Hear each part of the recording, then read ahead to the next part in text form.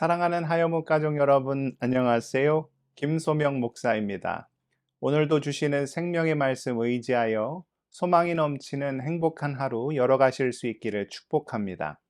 이 시간 본문은 로마서 13장 8절에서 10절입니다.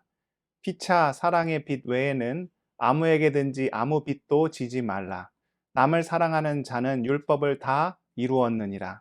간음하지 말라, 살인하지 말라, 도둑질하지 말라, 탐내지 말라 한 것과 그 외에 다른 계명이 있을지라도 내 이웃을 내 자신과 같이 사랑하라 하신 그 말씀 가운데 다 들었느니라. 사랑은 이웃에게 악을 행하지 아니하나니 그러므로 사랑은 율법의 완성이니라. 아멘. 이 세상에 혼자의 힘만으로 살아가는 사람은 아무도 없습니다. 우리는 서로가 서로에게 도움을 주고 받으며 살아가지요. 오늘 말씀의 표현대로 하면 사랑의 도움을 주고 사랑의 빚을 지며 살아갑니다. 제가 군목으로 있을 때 장병들이 새롭게 부대에 배치가 되면 신병 정신 교육을 하였습니다. 군 생활에 스트레스가 많으니까 군목의 중요한 역할 중에 하나가 장병들 상담을 하는 것인데요. 얼굴을 알아야 서로 서먹하지도 않고 장병들도 보다 편하게 군종 목사를 찾을 수 있게 되겠지요. 그럴 때마다 제가 꼭 젊은 청년들에게 당부한 말이 있습니다. 그것은 어르신들을 반드시 공경해야 한다는 것입니다. 지금 젊은이들이 누리고 있는 모든 것은 그 앞선 세대의 희생과 노력 덕분입니다. 셀폰을 사용하고 지하철을 타고 다니고 그들이 대한민국에서 누리고 있는 모든 혜택은 앞선 부모님 세대 혹은 할아버지 할머니 세대의 희생으로 가능하게 된 일입니다. 대한민국은 나라를 빼앗기기도 하였고 동족 간의 가슴 아픈 전쟁을 치르기도 하였습니다. 한반도는 그야말로 잿더미였지요. 그 열악한 환경 속에서 베트남 전쟁, 파독 광부와 간호사, 중동 건설 노동자 파견 등이 밑거름이 되어 지금의 발전된 대한민국의 모습을 갖출 수 있게 되었습니다. 뿐만 아니라 신앙적으로 보면 어떻습니까? 우리 자식들에게만큼은 결코 가난을 대물림해 줄 수 없다면서 우리 부모님들이 딱딱한 교회 바닥에 무릎을 꿇고 방석 전체를 흥건히 적셔가면서 기도하고 또 기도한 그 열매를 지금 젊은 세대가 맛보고 있는 것이죠. 이런 앞선 세대의 희생과 노력이 없었다면 지금의 대한민국은 결코 존재하지 못하였을 것입니다. 그러니 그 혜택을 누리고 있는 지금의 젊은 세대가 어르신들을 향한 존경과 감사의 마음을 품는 것은 너무나도 당연한 모습이라 하겠습니다.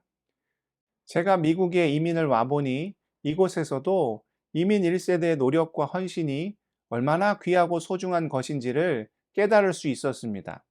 제가 생활하고 있는 뉴저지 북부 지역, 특히 팰리세이즈 파크이라는 타운은 한국에 있는 마을을 거의 그대로 옮겨 놓은 수준입니다.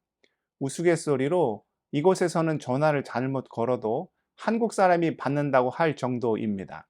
한국 식당, 한국 마트, 한국의 편의 시설이 없는 것이 없습니다. 그렇다면 처음부터 이런 환경이 조성되어 있었느냐?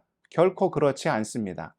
처음 이민 1세대가 미국에 왔을 때는 김치도 먹기 힘들었고 짜장면은 구경조차 할 수 없는 상황이었습니다.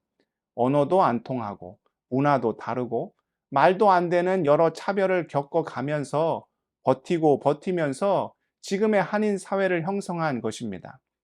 늦게 이민을 와서 이 모든 혜택을 다 누리고 있는 저로서는 이민 1세대의 수고와 희생이 얼마나 감사하고 고마운 일인지 모릅니다. 이민교회는 말할 것도 없지요. 이민 1세대들은 힘든 삶과 어려운 생활 속에서도 교회를 세우고 귀하게 섬겼습니다. 처음에는 예배 공간도 제대로 확보하지 못하여 눈치를 보면서 다른 민족의 교회를 렌트해야 했고 빠듯한 이민 생활 속에서도 다양한 헌신과 희생으로 이민교회를 지켜왔습니다. 이민교회야말로 우리 어르신들의 피와 눈물과 땀이 깊이 배어있는 살아있는 은혜의 현장이요. 그 아름다운 섬김과 헌신의 열매이지요. 그러니 어떻습니까?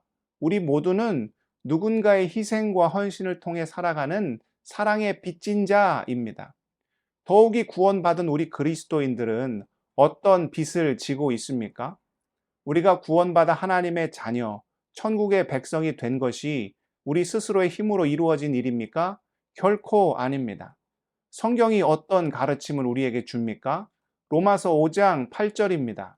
우리가 아직 죄인 되었을 때에 그리스도께서 우리를 위하여 죽으심으로 하나님께서 우리에 대한 자기의 사랑을 확증하셨느니라. 우리는 원래 죄인이었습니다. 죽어 마땅한 자들이요, 영원한 심판 가운데 거해야 하는 자들이죠. 그런 우리를 불쌍히 여기시사 아무런 자격도 없는 자들을 하나님께서 먼저 사랑해 주셨습니다. 아들 예수 그리스도를 십자가에 내어 주시기까지 하면서 우리를 구원하여 주셨지요. 또한 이것을 성경은 이렇게 이야기합니다. 요한복음 3장 16절입니다. 하나님이 세상을 이처럼 사랑하사 독생자를 주셨으니 이는 그를 믿는 자마다 멸망하지 않고 영생을 얻게 하려 하심이라.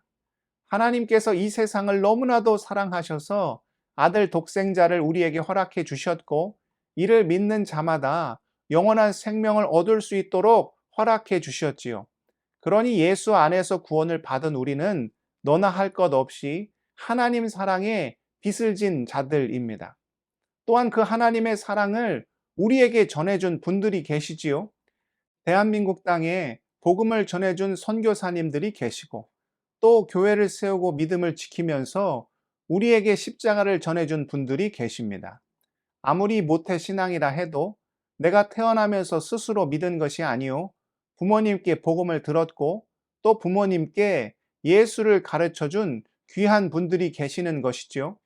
내가 복음을 안다면, 그래서 그 은혜 안에 거하고 있다면 이를 위해 사랑과 희생으로 헌신한 분이 분명히 존재한다는 것입니다. 그렇다면 그 사랑에 빚진 우리는 어떠한 삶을 살아야 하겠습니까? 우리가 주님을 위해 또 교회와 이웃을 위하여 시간의 헌신, 물질의 헌신, 여러 귀한 헌신을 감당하는 것은 해도 그만, 안 해도 그만의 문제가 아닙니다. 우리가 그 복음과 사랑에 빚을 진 자들이기 때문입니다. 나를 위한 하나님의 귀한 사랑, 그리고 그 하나님의 사랑을 전해준 앞선 자들의 희생과 헌신을 안다면 우리도 마땅히 빚진 자로서 사랑과 구원과 복음의 통로로 쓰임을 받아야 하지요. 사랑하는 하여묵 가족 여러분, 그 누구도 아닌 우리가 빚진 자입니다. 이제 그 빚을 갚으면서 살아야 합니다. 무엇보다 하나님의 먼저 사랑해 주심에 감사하며 또한 우리를 위해 희생하시고 헌신하신 어르신들 뿐만 아니라 내가 구원받은 자로서 살아갈 수 있도록 도우신 모든 분들께 감사하며 이제는 우리가 그 사랑을 기꺼이 나누며 전하며 선포하며 살아갈 수 있기를 주님의 이름으로 축복합니다. 기도하시겠습니다. 사랑의 하나님, 우리가 복음에 빚진 자입니다. 하나님께서 먼저 우리를 사랑해 주셨고 또한 그 귀한 사랑을 우리에게 전해주신 분들이 계십니다. 그 귀한 사랑으로 우리가 구원받았음을 고백하며 이제 그 사랑에 빚진 자로서 합당한 삶을 살아갈 수 있도록 아버지여 우리를 붙잡아 주시옵소서. 대한민국을 위하여 또한 이민사회를 위하여 희생하신 모든 어르신들 붙잡아 주시고 무엇보다 영육 간의 강건함을 더하여 주옵소서. 우리 하여목 지체들의 모든 삶을 주님께 올려드립니다. 상한 마음, 찢겨진 심령 주님 헤아려 주시고 신분의 문제로, 건강의 문제로, 자녀의 문제로, 일터와 비즈니스의 문제로 넘어져 쓰러져 있는 모든 영혼들을 붙잡아 주실 때 아버지여 선하신 손길로 함께하여 주시고 주 안에서 승리하며 이기며 영광 올려드릴 수 있도록 주여 인도하여 주시옵소서. 모든 것 주님께 올려드리오며 존귀하신 우리 구주 예수 그리스도의 이름으로 간절히 기도드리옵나이다. 아멘.